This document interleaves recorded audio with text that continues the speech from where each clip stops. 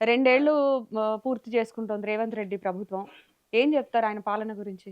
అసలు రేవంత్ రెడ్డి ఒక ముఖ్యమంత్రి స్థాయే లేదు గదా! ఆయన రెడ్ హ్యాండెడ్‌గా దొరికిన ఒక దొంగ గదా! మీకు ఓటుకు నోటు కేసు అంటే ఏందర్థం? హ్మ్. ఆయన కోర్ట్‌లో ఉన్నాడు. ఆయన నిందితుడిగా ఉన్నాడు. వాళ్ళు కాంగ్రెస్ పార్టీకి ఎథిక్స్, వాల్యూస్ లేవని చెప్పా గదా! ఎథిక్స్, వాల్యూస్ లేవు కాబట్టి రేవంత్ రెడ్డి సీఎం అయ్యాడు. హ్మ్. అందులో ఏం డౌట్ లేదు. హ్మ్. లేకపోతే కోర్ట్‌లో నేరాపడి ఉండి టీవీలో రెడ్ హ్యాండెడ్ దొరికిన వ్యక్తిని తీసుకొచ్చి సీఎం ఎట్టా చేస్తారండి? అంటే హ్మ్. మీకు రాహుల్ గాంధీకి ఏం వాల్యూస్ ఉన్నాయి? హ్మ్. సోనియా గాంధీకి ఏం వాల్యూస్ ఉన్నాయి? అంటే వాల్యూస్ ఉంటే మీరు రెడ్ హ్యాండెడ్ దొరికిన వ్యక్తిని కాదు మీరు సీఎం చేస్తారా? హ్మ్. అంటే ఏమి లేదు వాళ్ళకి. గెలుపు గుర్రం కావాలి. అది ఏ గుర్రమైనా పర్లేదు గెలుపు గుర్రం కావాలనే పేరుతో ఆయన్ని ముఖ్యమంత్రి పదవి చేశారు. అక్కడ గడింది కప్పలు తక్కడు ఎదిగాడు. హ్మ్. కాంగ్రెస్ పార్టీ ఈరోజు కాంగ్రెస్ పార్టీ రేవంత్ రెడ్డి నాయకత్వాన్ని దించాలని బీసీ నాయకులు అనుకుంటుంటారు. హనుమంతరావు అదే కదా అనుకుంటా ఉంటాడు. అదేవిధంగా బట్టి విక్రమార్క అనుకుంటాడు. ఆయన దిగితే నేను కూర్చోవాలనుకుంటున్నాడు. ఇది వాస్తవానికి బట్టి విక్రమార్కకి డిప్యూటీ సీఎం చేయడమే ఒక అనాలోచిత నిర్ణయం కాంగ్రెస్ పార్టీకి. దానికి కారణం ఏంటి? దళితులకి డిప్యూటీ సీఎం ఇవ్వాలనుకుంటున్నారు. డిప్యూటీ సీఎం ఎవరికి ఇవ్వాలి మీరు?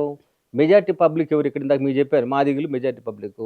ఒక మాదిగ సామాజిక వర్గానికి చెందిన దామోదర రాజనరసింహకో, లేకపోతే కాళే యాదయ్యకో, లేకపోతే ఇంక శ్రీహరికో వీళ్ళకి ఎవరికన్నా డిప్యూటీ సీఎం పదవొస్తే అక్కడుండే మెజారిటీ ప్రజల్లో ఒక పాజిటివ్ వైబ్రేషన్ వస్తది. ఆ పార్టీలో ఉన్న అంతర్గత విభేదాలు గానివ్వండి, అందులో గ్రూప్ రాజకీయాలంటారు గదా! అలాంటివి కానివ్వండి, మీరు ఎలా జూస్తారు?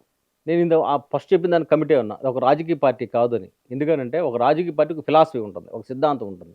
దేశం పట్ల ఒక అవగాహన ఉంటుంది. చిదంబరమే చెప్పాడు. ఒకసారి పాకిస్తాన్‌లో యుద్ధం చేయాలనుకుంటే మరి అక్కడ నాకు అనుకూల వాతావరణం లేకపోవడం వల్ల గమ్ముగుండిపోయాము.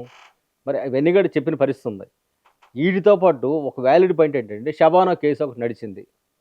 1974 అనుకుంటాను.